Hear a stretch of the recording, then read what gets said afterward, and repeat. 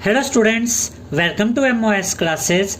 इस वीडियो में हम 8th क्लास मैथ एनसीईआरटी की जो नई बुक है उसके चैप्टर नंबर 7 की एक्सरसाइज 7.2 के सभी क्वेश्चंस को सॉल्व करेंगे। क्वेश्चन नंबर 1 में हमसे कहा गया है, during a sale a shop offered a discount of 10% on the marked prices of all the items. इसका ये मतलब है स्टूडेंट्स कि एक सेल के दौरान एक शॉप में सभी प्रकार के आइटम्स पर जो मार्क प्राइस होता है उन पर 10% का डिस्काउंट ऑफर किया गया। इस चैप्टर की बेसिक वीडियो में हमने आपको यह बताया था स्टूडेंट्स कि जो डिस्काउंट होता है वो हमेशा मार्क प्राइस पर निकाला जाता है। और मार्क प्राइस क्या होते हैं? मार्क प्राइस वो प्राइस होता है जो किसी चीज के ऊपर प्रिंटेड होता है। जैसे किसी चीज के ऊपर अगर 100 रुपीज प्रिंटेड है तो इसका मतलब उसका मार्क प्राइस 100 रुपीज होगा। और अगर आपको 10 रुपीज का डिस्काउंट दिया जा रहा है तो आपको वो चीज कितने में मिलेगी? 100 माइनस 10 यानी कि 90 रुपीज में। तो जो डिस्काउंट होता है वो हमेशा मार्क प्राइस के हिसाब से निकाला जाता है। उसके बाद हमसे कहा गया है, what would a customer have to pay for a pair of jeans marked at ₹1450 and 2 shirts marked at ₹850 each.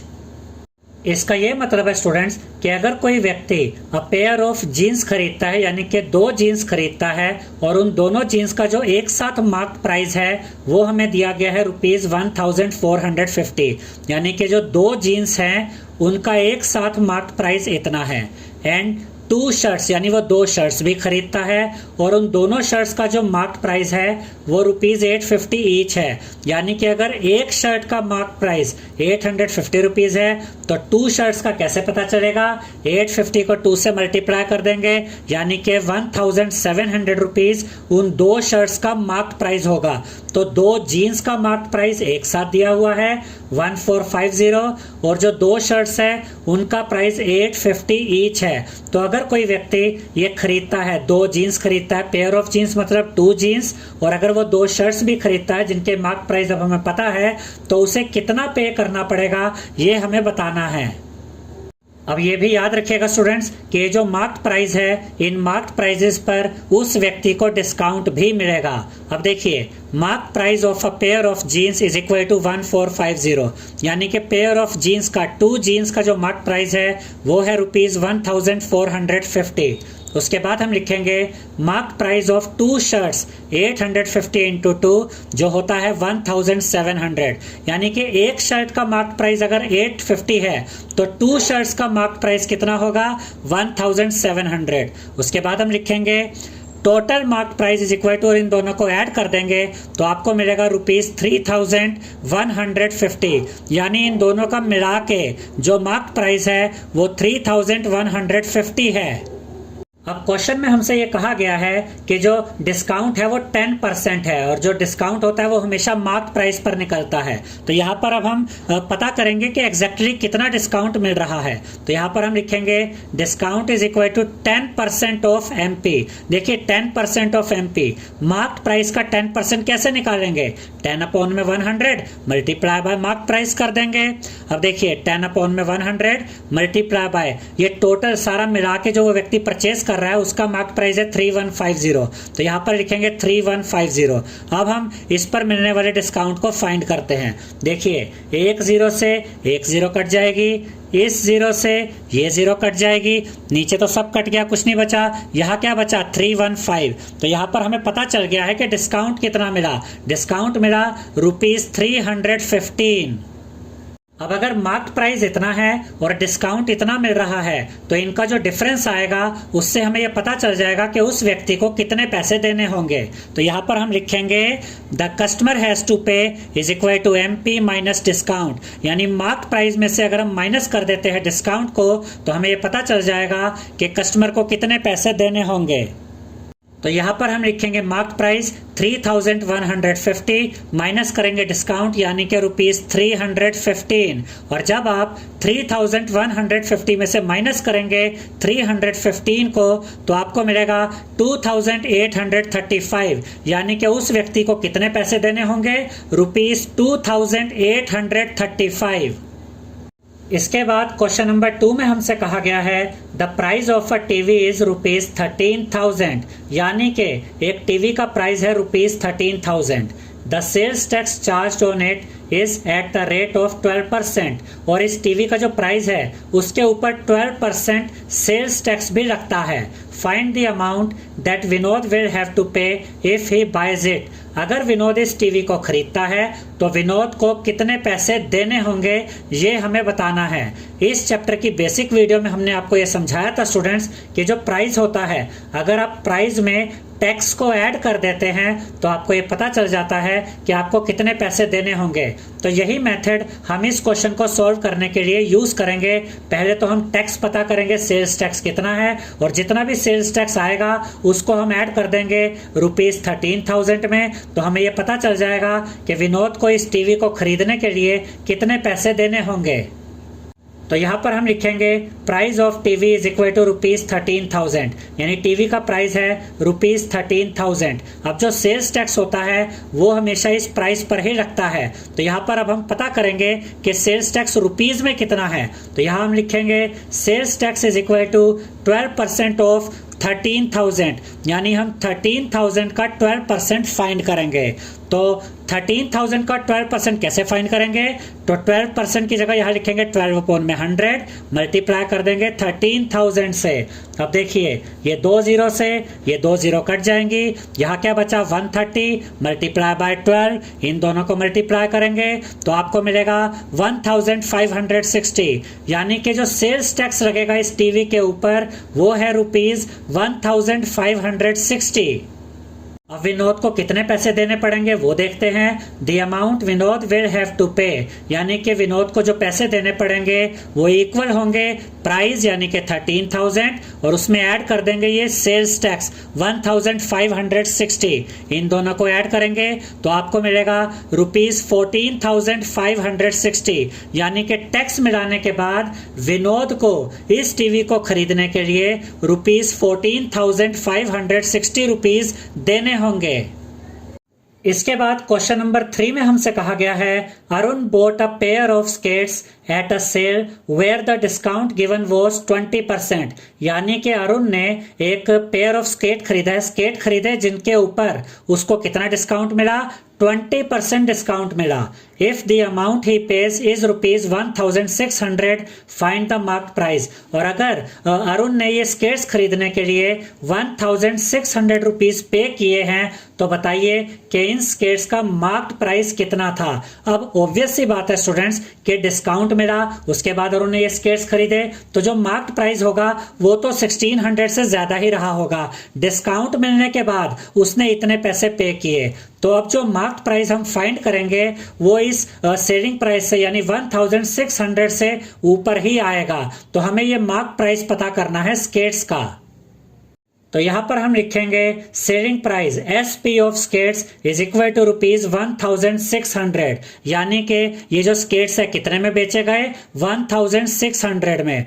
उसके बाद हमें पता करना है मार्क्ड प्राइस कितना है, तो यहाँ पर हम लिखेंगे let marked price is equal to ₹X, यानी हम ये मान लेते हैं कि जो मार्क्ड प्राइस है वो ₹X है। तो अब हमें X की वैल्यू फाइंड करनी है, जैसे ही हमें X की वैल्यू मिल जाएगी वही इन स्केट्स का मार्क्ड प्राइस होगा।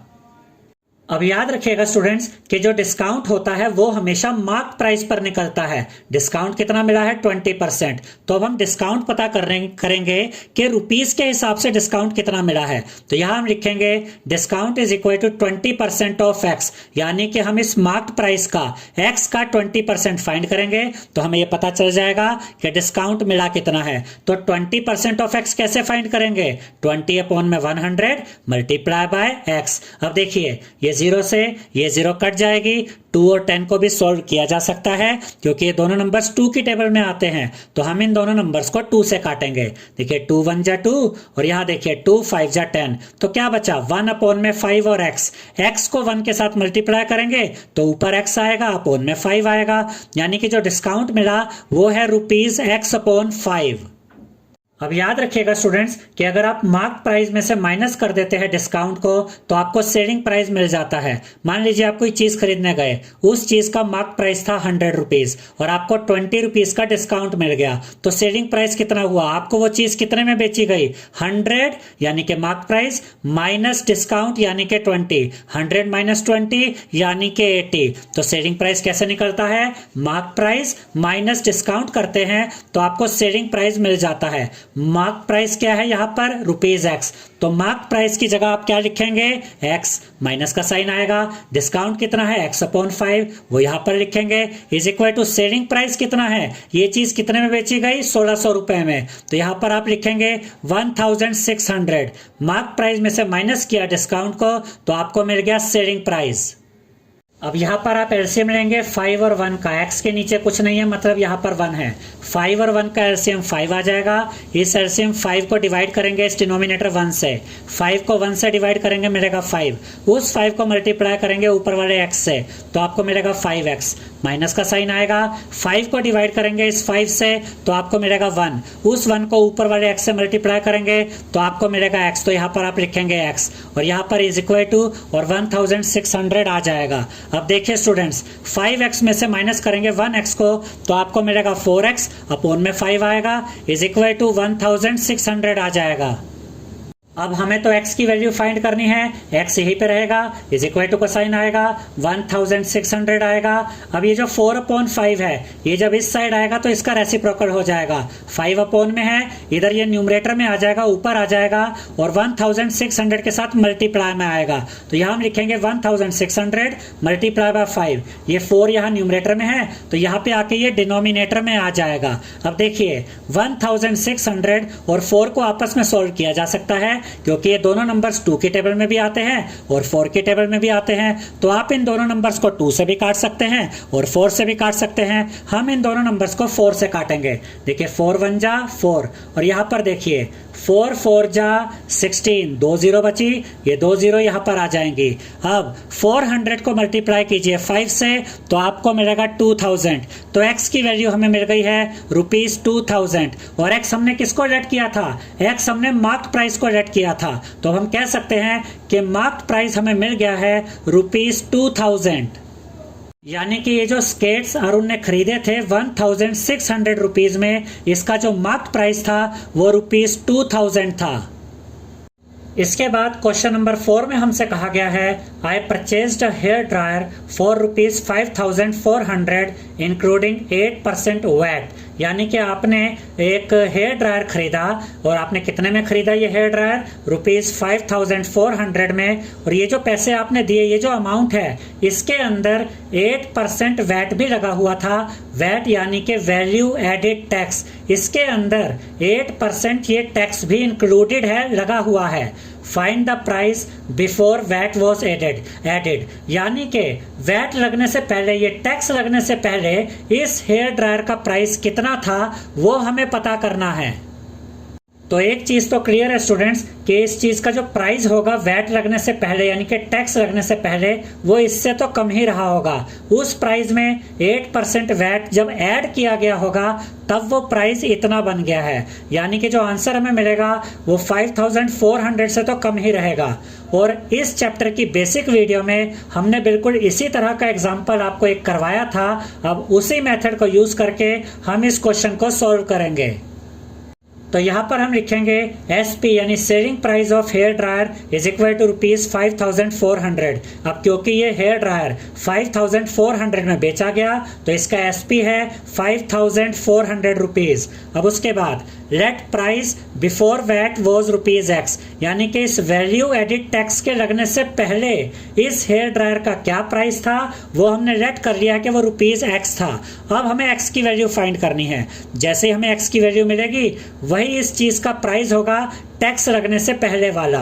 अब यहाँ पर हम ये वैट यानी कि जो टैक्स है, वैल्यू एडिड टैक्स, इसको रुपीस में पता करेंगे कि कितना टैक्स लगा। और जो टैक्स होता है वो हमेशा आपके इस प्राइस पर ही लगता है। अब प्राइस हमने कितना रेट किया है, x रुपीस, तो हम इस x का 8% फाइंड करेंगे तो हमें ये पता चल जाएगा कि टैक्स लगा कितना है। तो 8% ऑफ x कैसे निकालेंगे, 8/100 मल्टीप्लाई बाय x। अब देखिए ये दोनों नंबर्स 8 और 100 को सॉल्व किया जा सकता है क्योंकि ये दोनों नंबर्स 2 की टेबल में भी आते हैं और 4 की टेबल में भी आते हैं। तो आप इन दोनों नंबर्स को 2 से भी काट सकते हैं और 4 से भी काट सकते हैं। तो हम इन दोनों नंबर्स को 4 से काटेंगे। देखिए 4 2 जा 8 और यहाँ पर देखिए 4 2 जा 8, 10 में से 8 गया 2 बचा, 2 and 0 20, 4 5 जा 20। तो हमें क्या मिला, 2/20 और साथ में ये x है और ये 2 और x मल्टीप्लाई हो रहे हैं, इनको मल्टीप्लाई कर दीजिए तो आपको मिलेगा 2x अपॉन में आ जाएगा 25।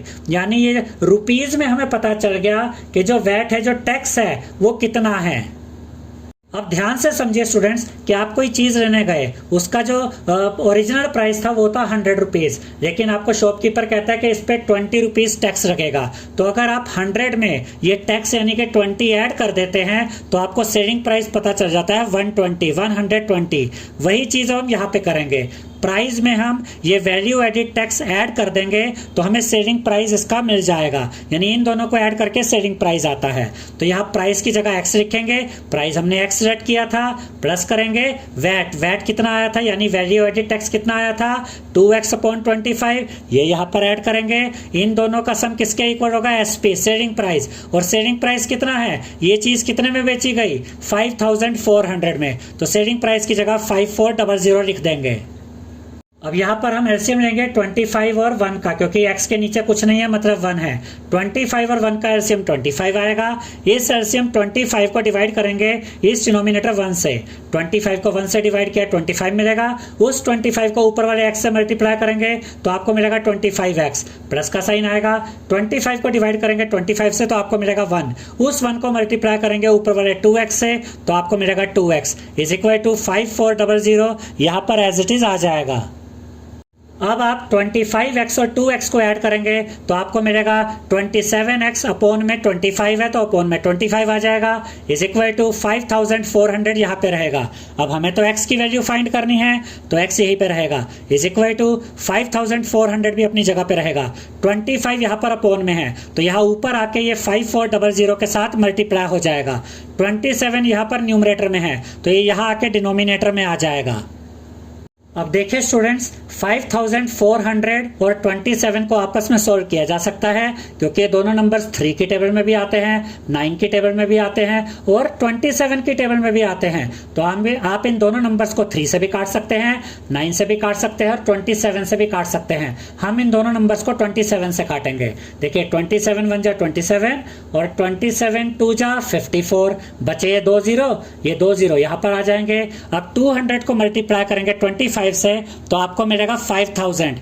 तो x की वैल्यू हमें मिल गई है ₹5000 और x हमने किसको रेट किया था, x हमने रेट किया था प्राइस बिफोर वैट के लिए, यानी कि टैक्स लगने से पहले जो प्राइस है वही x है। तो इसका मतलब हमें प्राइस बिफोर वैट मिल गया है जो इक्वल होगा ₹5000 के, यानी कि टैक्स लगने से पहले इस हेयर ड्रायर का प्राइस था ₹5000।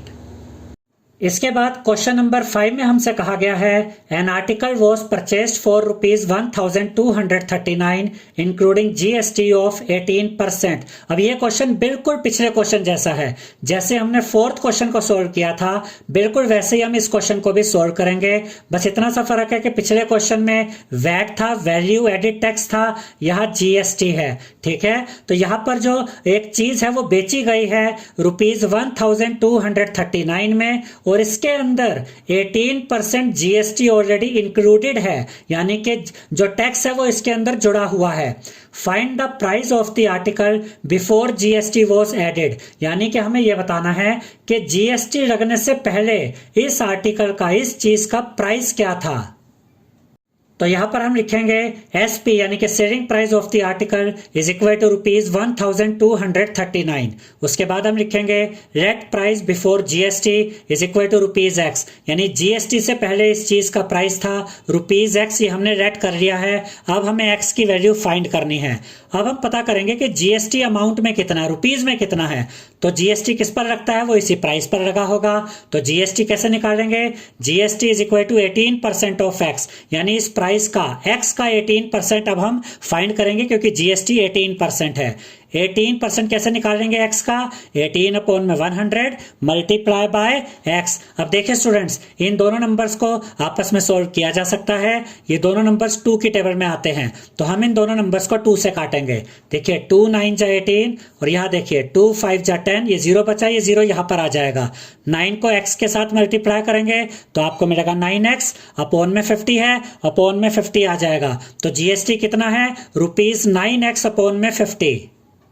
अब जैसा हमने पिछले क्वेश्चन में, क्वेश्चन नंबर 4 में देखा था, अगर आप प्राइस के अंदर टैक्स को ऐड कर देते हैं तो आपको सेलिंग प्राइस मिल जाता है। तो यहां पर हम लिखेंगे price plus GST is equal to SP। अब प्राइस है जो हमने रेट किया था X, तो यहाँ X आएगा, प्लस का साइन, GST है 9X अपॉन में 50, तो यहाँ 9X अपॉन में 50 आ जाएगा, is equal to SP। Selling price की जगह लिखेंगे 1239। अब यहां पर हम 50 और 1 का एलसीएम लेंगे। यहां अपॉन में 1 है तो 50 और 1 का एलसीएम 50 आएगा। 50 को डिवाइड करेंगे 1 से तो आपको मिलेगा 50। उस 50 को ऊपर वाले x से मल्टीप्लाई करेंगे तो आपको मिलेगा 50x, प्लस का साइन आएगा। 50 को 50 से डिवाइड करेंगे तो मिलेगा 1। 1 को मल्टीप्लाई करेंगे 9x से तो आपको मिलेगा 9x, इज इक्वल टू का साइन, और ये 1239 अपनी जगह पे रहेगा। अब आप इन दोनों को ऐड करेंगे, 50x और 9x को ऐड करेंगे तो आपको मिलेगा 59x, अपॉन में 50 है, अपॉन में 50 आ जाएगा, इज इक्वल टू का साइन, और 1239 यहीं पे रहेगा। अब हमें तो x की वैल्यू फाइंड करनी है तो x यहीं पे रहेगा, इज इक्वल टू का साइन आएगा, 1239 अपनी जगह पे रहेगा। ये 59 और 50 इस साइड आएंगे तो इनका रेसिप्रोकल हो जाएगा। 50 अपॉन में है तो यहाँ ऊपर आ जाएगा और 1239 के साथ मल्टीप्लाई में आएगा। 59 यहाँ न्यूमरेटर में है तो यहाँ आकर ये 59 अपॉन में आ जाएगा। अब देखिए स्टूडेंट्स, 1239 और 59 को आपस में सोल्व किया जा सकता है। ये दोनों ही नंबर्स 59 की टेबल में आते हैं, तो हम इन दोनों को 59 से काटेंगे। 59 1 जा 59, और यहाँ देखिए 59 2 जा 118, 123 में से माइनस करेंगे 118 को तो आपको मिलेगा 5 और 9 59, 59 1 जा 59, यानी ये पूरा कट गया। अब 21 को मल्टीप्लाई करेंगे 50 से तो आपको मिलेगा 1050, यानी x की वैल्यू हमें मिल गई है ₹1050। और x हमने किसको रेट किया था, जो प्राइस था इस आर्टिकल का बिफोर GST लगने से पहले जो प्राइस था उसी को हमने x रेट किया था। तो इसका मतलब अगर हमें x मिल गया है तो हमें वो प्राइस मिल गया है जो GST लगने से पहले था। तो यहां पर हम लिखेंगे price before GST is equal to ₹1050, यानी GST लगने से पहले इस आर्टिकल का प्राइस था ₹1050। आई होप स्टूडेंट्स आपको हमारा ये वीडियो पसंद आया होगा। अगर आपको हमारा ये वीडियो पसंद आया है तो इस वीडियो को लाइक करें, शेयर करें, हमारे चैनल को सब्सक्राइब करें और बेल आइकॉन बटन जरूर दबाएं, जिससे हमारी हर नई वीडियो का नोटिफिकेशन आपको मिलता रहे। Thank you.